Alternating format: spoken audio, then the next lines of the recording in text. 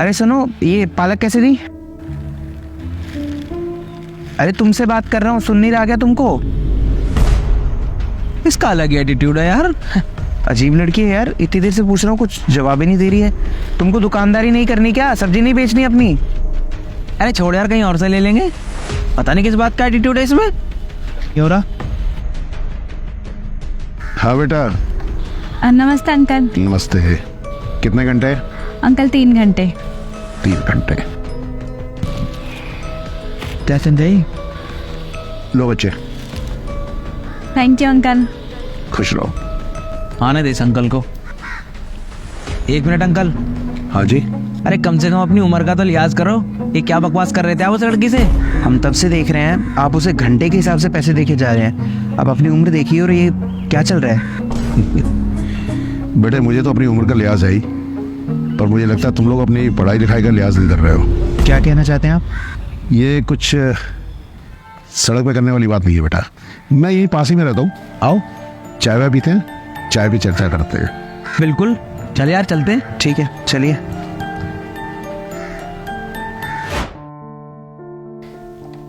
ये लो भैया चाय, लो बेटा, दिस हेल्प योरसेल्फ।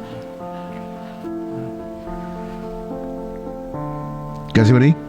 सर, चाय तो बहुत अच्छी बनी है, लेकिन आपने बताया नहीं वो नीचे क्या सब चल रहा था। आप हमें अपने घर पे तो ले आए, पर बताइए तो सही, आखिर बात क्या थी? बेटा एक्चुअली ये बकवास, तुमने बकवास ही कहा था ना? मेरी और उस लड़की की, उस बिटिया की बकवास जो है ये तकरीबन 7-8 दिन से चल रही है। तभी कुछ दिन पहले ही। हाँ, ये लीजिए अंकल आपकी सब्जी, 50 रुपए हो गए। 50 रुपए? लो बच्चे।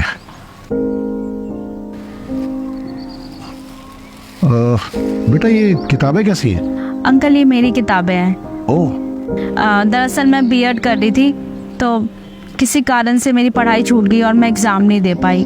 कर रही थी मतलब अब नहीं कर रही हो? नहीं अंकल, कर रही हूँ। जितना टाइम मिल जाता है पढ़ लेती हूँ, कोशिश कर रही हूँ। पर तुम ये सब क्यों? किसी कारण की वजह से पापा का एक्सीडेंट हो गया था, तो पापा के दोनों पैर खराब हो गए। पापा के एक्सीडेंट के बाद मैं इस दुकान पे बैठ जाती हूँ, इसलिए क्योंकि घर भी तो चलाना ना। वैसे भी मेरे पापा का मेरे सिवा कोई नहीं है। लेकिन बेटा मैं एक बात नहीं समझ पा रहा हूँ कि तुम ये अपनी पढ़ाई और ये सब कैसे मैनेज करती हो? अंकल पढ़ाई तो खैर हो नहीं पाती, लेकिन मैं कोशिश करती हूँ। अब अगर दुकानदारी नहीं करूँगी तो घर नहीं चलेगा। दुकानदारी करने बैठती हूँ तो पढ़ाई नहीं हो पाती। इसी वजह से पिछले साल मैं एग्ज़ाम में भी फेल हो गई, लेकिन मैं मेहनत पूरी कर रही हूँ। जितना टाइम मुझे मिलता है मैं पढ़ लेती हूँ। अब मैं कुछ अपने बारे में बता दूं आप लोगों को। बेटा मैं एक्चुअली एक रिटायर्ड प्रोफेसर हूँ। अब वो क्या है ना कि मेरे 2 बच्चे, और वो ऊपर वाले की कृपा से पढ़ लिख के सेटल्ड है, अच्छा चल रहा है उनका। लेकिन मैं चूंकि हूं तो टीचर ही, एक शिक्षक हूं, और शिक्षक होने के नाते मेरा एक फर्ज बनता है कि हर पढ़ने वाला बच्चा जो लगन से, जज्बे से पढ़ना चाहता हो, उसे मैं खुद अपना बच्चा मानूं।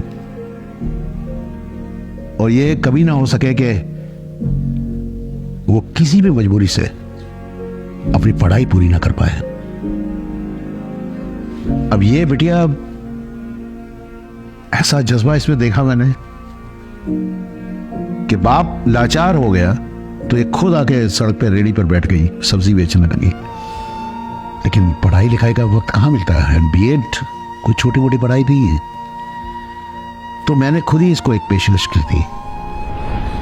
इट्स गुड बेटा कि तुम अपनी फैमिली की हेल्प कर रही हो, लेकिन मैं तुमसे एक बात कहना चाहता हूं, थोड़ा ध्यान से सुनना। कल से ना जो भी तुम्हारी दुकान पे कस्टमर आए, कम से कम 3 घंटे रोज के, तुम उसे कोई सौदा नहीं दोगी, सिर्फ पढ़ोगी यहाँ बैठ के। लेकिन अंकल ऐसा करूंगी तो मेरी कमाई कैसे होगी? बिटिया, मुझे सबसे बड़ी खुशी तो इस बात की हो रही है तुमसे मिलकर कि तुम अपनी फैमिली की हेल्प कर रही हो, सहारा बन रही हो उनका। लेकिन जिंदगी चलाने के लिए पढ़ाई भी तो बहुत जरूरी है ना? कल को कुछ बन जाओगी तो अपनी फैमिली की बेहतर से हेल्प कर सकोगी। मैं कल से रोज आऊंगा, ठीक है? और तुमसे पूछूंगा कि तुमने कितने घंटे पढ़ाई की, और तुमने जितने घंटे भी पढ़ाई की होगी उसका तुम्हारा सारा नुकसान, तुम्हारा सारा खर्च मुझ पर। अंकल, आप मेरे लिए इतना सोच रहे हैं, उसके लिए आपका बहुत बहुत शुक्रिया। बेटा, तेरा शुक्रिया, तेरा थैंक यू मुझे तब मिल जाएगा जिस दिन तू कुछ बन जाएगी, बीएड करेगी और अच्छे से जॉब करेगी। प्रॉमिस? हाँ जी अंकल, प्रॉमिस। खुश रहो बच्चा। तो वो मेरी कोशिश रहती है कि मैं जो 3 घंटे वो रोज के पढ़ाई पर देती है और कस्टमर्स लूज कर देती है, मैं उसके नुकसान की भरपाई कर पाऊं, उसका खर्चा दे पाऊं। बस ये एक मेरी छोटी सी कोशिश कह लो, हेल्प कह लो, कुछ भी कह लो। माफ कीजिएगा अंकल जी, हमने बिना कुछ सोचे आपके बारे में ना जाने क्या क्या सोच लिया। बिल्कुल uncle, we are so sorry. हमने सिर्फ आधी बात देखी और आपको जज कर बैठे। लेकिन हाँ, एक बात ज़रूर कहनी पड़ेगी कि आजकल की दुनिया में भी आप जैसे लोग होते हैं, ये सोचा नहीं था। बहुत अच्छा लगा ये देखकर कि आप उस बेचारे की इतनी मदद कर रहे हैं। और अब से हम भी कोशिश करेंगे कि जब भी यहाँ से गुजरेंगे तो अगर वो पढ़ाई कर रही होगी तो उसको बिल्कुल डिस्टर्ब नहीं करेंगे। इससे उसकी कुछ तो मदद हो ही जाएगी। हाँ, लेकिन एक बात और, तुम सब्जी उसी से। जी जी ज़रूर। और बेटा, कहीं भी कोई मजबूर आदमी दिखे ना, जनरली मजबूर, उसकी हेल्प जरूर करना। वो क्या है ना बेटा कि जो सच्ची मदद होती है ना, वो हमेशा चुपचाप ही की जाती है। उसके लिए कोई पोस्टर्स नहीं छुपाने पड़ते या आपकी वो सोशल मीडिया पे फोटोज नहीं पोस्ट करनी पड़ती। वैसे भी तुमने कभी देखा है कि ऊपर वाला या वाहेगुरु जब किसी की मदद करता है